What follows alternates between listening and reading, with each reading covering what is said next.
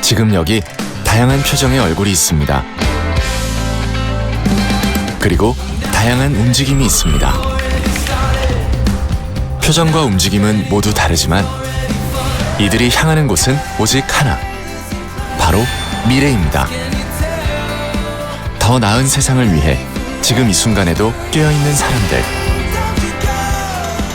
우리는 고려대학교입니다. 그거를 갖다가 파트너로 나타내놨어요. 고등학교 3학년 때 수능 공부하기 싫어서 혼자서 네트워크 아나리시스를 잠깐 공부했었거든요. 이거를 표현할 기술이 없는 거예요. 근데 파이썬을 배웠잖아요. 기술이 생겼잖아요. 그래서 잘 됐다. 이런 것을 되게 소프트웨어 프로그래밍의 기초 15주차 오픈 강의 현장에서 학생들이 과제를 발표한다. 신은경 교수는 한 학기 동안 학생들에게 프로그래밍의 기초를 강의했다. 프로그래밍 혹은 데이터 분석 기술은 모든 산업 연관 분야에서 중요하게 등장하고 있기 때문에 어느 전공이든지 실제로 개발자의 삶을 살 필요는 없지만 이 코딩의 기본, 프로그래밍의 기본 혹은 데이터 분석의 기초를 이해하는 것은 누구에게나 중요한 영역으로 등장하고 있습니다. 디지털 테크놀로지 기반으로 세상이 새롭게 설계되고 있다. 산업과 경제, 일상생활까지 빠르게 변화하는 중요한 전환점에서 우리는 어떻게 대응해야 할까?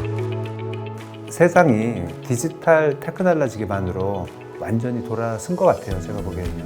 앞으로 이 세상을 살아갈 우리 학생들, 앞으로 건강한 시민으로 살아갈 사람들은 어떤 새로운 역량을 가져야 될 건가? 옛날의 역량만 있으면 그냥 되는가? 아니면 새로운 게 필요한 건가?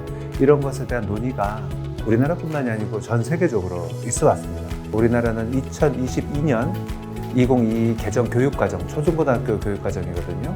거기에 드디어 새로운 역량이 추가가 됐어요. 언어 소양, 수리 소양 말고 디지털 소양을 추가를 했습니다.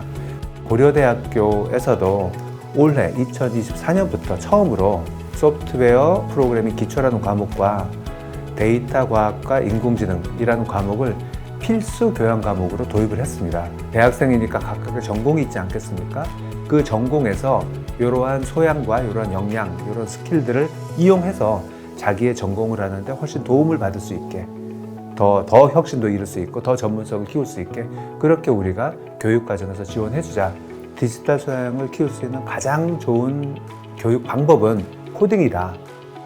코딩을 배우는 것을 직업을 얻기 위한 어떤 직업적인 역량을 습득하기 위한 이렇게도 볼 수 있지만 일반적으로 코딩을 통해서 디지털 세상을 알게 되고 거기서 필요한 여러 가지 종합적이고 융합적인 역량을 얻게 될 거다.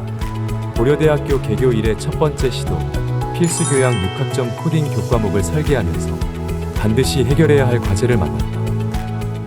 5,000명의 학생들을 어떻게 실습을 하고 평가를 할 거냐. 두 번째는 어떻게 동기부여를 애들한테 할 거냐. 이 두 가지를 고민을 해서 이제 수업 설계를 저희가 이제 했습니다. 먼저 5천여 명 학생이 동시에 실습하고 자동 채점 기능을 통해 실시간으로 정오답을 확인할 수 있는 지능형 코딩 플랫폼을 구축해 시범적으로 운영했다.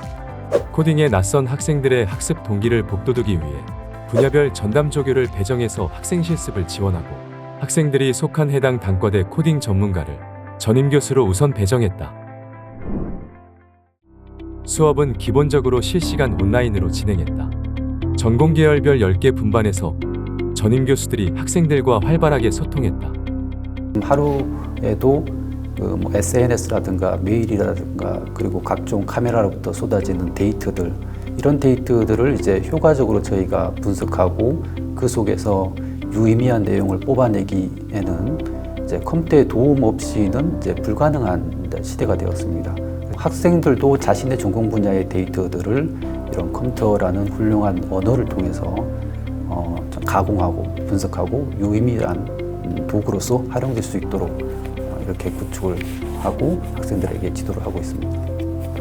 어려운 문제가 아니라 일상에서의 쉬운 문제들을 컴퓨터에서 우리가 프로그래밍 랭귀지들이 어떤 순서대로 프로그램을 작성을 해야지만 실행을 할 수 있는지를 단계적으로 생각을 하는 게 바로 알고리즘적인 사고라고 하는 거거든요. 그리고 이것들을 이제 조금 더 이제 복잡한 문제 확장을 해가는 다양한 문제들을 통해서 우리가 컴퓨테이셔널 싱킹이라고 하는 컴퓨팅 사고력을 키우게 되는 겁니다. 내가 풀어야 될 자기 전공에서의 문제가 있다면 그 문제를 어떻게 데이터로 구조하고 구조한 데이터를 어떠한 알고리즘 혹은 문제 해결 방법론으로 디자인을 하고 그대로 절차를 구현해 놓고 그래서 결과를 보는 이 과정이기 때문에 일종의 우리가 항상 강조하는 문제 해결 능력이랑 직결된다고 말씀드릴 수 있겠습니다.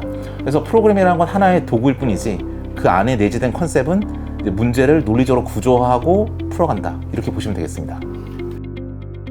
프로그래밍 언어는 전공자, 비전공자 모두에게 필요한 역량이 되었다.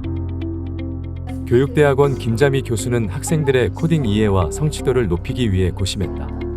사범대 학생들이기 때문에 이제 필요를 느낄 수 있도록 다양한 사례를 이제 학생들에게 이야기를 해줬어요. 이게 어디에 쓰이는지, 그리고 만약에 이걸 알고 있다면 어떻게 할 수 있는지. 예를 들면 우리가 식당에 갔을 때 어떤 형태로 주문을 하면 좋다거나 아니면 뭐 MBTI나 별자리 점 어떻게 보는지 이런 것들을 이제 프로그래밍의 사례로 어떻게 이런 프로그램을 만들어 보자라고 했더니 학생들이 그 부분에 굉장히 흥미를 갖고 있었던 것 같습니다. 코딩 교과목을 지원하기 위해 선발한 실습조교는 강의를 진행하는 동안 온라인에서 학생들과 소통하며 궁금증을 풀어준다. 실습조교들은 수업마다 70개에서 100개 질문에 응답했다. 오프라인으로 또 한 달 내내 저희가 실습실을 운영해서 거기에서 근무를 또 하고 있기 때문에 혹시 온라인에서 질문을 못하면 오프라인으로 찾아와서 질문을 할 수도 있게 또 하고 있고, 뭐 메일이나 또 카카오톡방에서도 또 소통을 적극적으로 하고 있어서. 문과대학 사회학과 신은경 교수는 수업을 진행하면서 칭찬을 아끼지 않는다. 와우. 와, 성공했어요. 감격. 와, 감사합니다. 고려대를 졸업해 다양한 전공을 거친 신 교수가 코딩을 가르치는 마음은 남다르다. 비전공자 문과대 학생들의 심정을 충분히 이해했다. 거부감으로 출발한 학생들이 당연히 절반 이상이었고요. 1학년 1학기에 금요일 아침 9시 수업.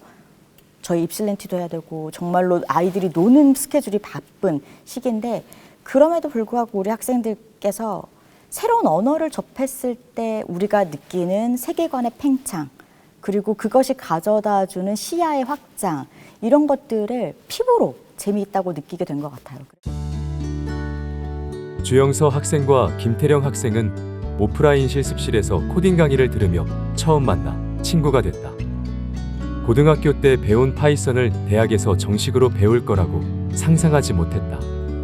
저는 교수님이 사회학과 교수님이신데 코딩을 가르쳐 주셨다는 점에서 저도 뭔가 코딩을 해서 나중에 뭔가 융복합적 인재가 될 수 있지 않을까 하는 희망을 가지게 되었고, 새로운 분야에 도전할 수 있는 용기나 자신감을 얻은 게 가장 큰 도움이 되었다고 생각하는데요. 일단 겁부터 먹고 시작을 했었는데, 근데 중간중간에 실제로 오류도 굉장히 많이 났어요. 근데 교수님들이랑 이제 조교님들이 정말 많이 도와주셨고, 계속 교수님 그거 맞아요 하면서 피드백도 주셔가지고 결국엔 제가 자신감을 얻어서 하트 모양 그래프를 교수님께 이제 보내드린 적이 있는데, 그때 진짜 뿌듯했습니다. 내가 이걸 진짜 할 수 있구나 라는 마음이 생기더라고요. 데이터를 바라보는 눈, 상상력, 이 컴퓨팅으로 세상을 분석하고 이해하고 접근하는 방식은 여전히 중요할 거예요. 그래서 우리 학생들이 지금 배운 문법 하나 이런 거 다 잊으셔도 돼요. 데이터를 활용했더니 내가 몰랐던 이런 부분을 보여줄 수가 있겠더라. 내가 그전에는 데이터라고 생각하지 않았던 영역, 내 생기부 기록마저도 데이터가 되더라. 이런 것들을 학생들이 배울 수 있다면 앞으로 나가서, 사회에 나가서 우리 학생들이 할 수 있는 일이 무궁무진하지 않을까 생각합니다. 코딩 교과목 지원을 위해 발벗고 나선 실습조교들. 이들도 학생들과 함께 성장했다. 신 교수는 조교들에게 감사한 마음을 잊지 않았다. 처음에는 변수 생성을 어떻게 하는지 물었었던 학생들이 수업이 끝나갈 때쯤에는 토픽 모델링을 하고 의미 연결만 그래프를 그리고 워드 클라우드를 그리는 모습을 볼 수 있었는데요. 특히 학생들의 넘치는 아이디어를 보면서 저 역시 굉장히 많은 자극을 받았던 것 같습니다. 한 학기 동안 고생하신 여러분들 사랑합니다. 의료도 설계되고 법학도 설계되고 정치도 국가도 다 새로 설계될 겁니다. 여러분들이 이 시점에 지금 있는 거예요. 그래서 인공지능, 데이터, 이 소양, 미래를 보는 상상력, 이런 것들이 매우 중요한 시점이고 이것을 여러분들한테 어떻게 가르칠까, 어떻게 습득하게 할까 교수님들이 굉장히 고민을 많이 하고 있습니다. 세상의 모든 기본 인프라가 디지털 테크놀로지와 데이터, 인공지능으로 바뀌고 있는 현재, 프로그래밍을 배우고 연습하는 과정에서 문제를 발견하고 창의적으로 해결하는 능력을 쌓을 수 있다. 디지털 역량은 다가올 미래를 이해하고 능동적으로 살아가기 위해 필요한 핵심 요소로 자리 잡았다.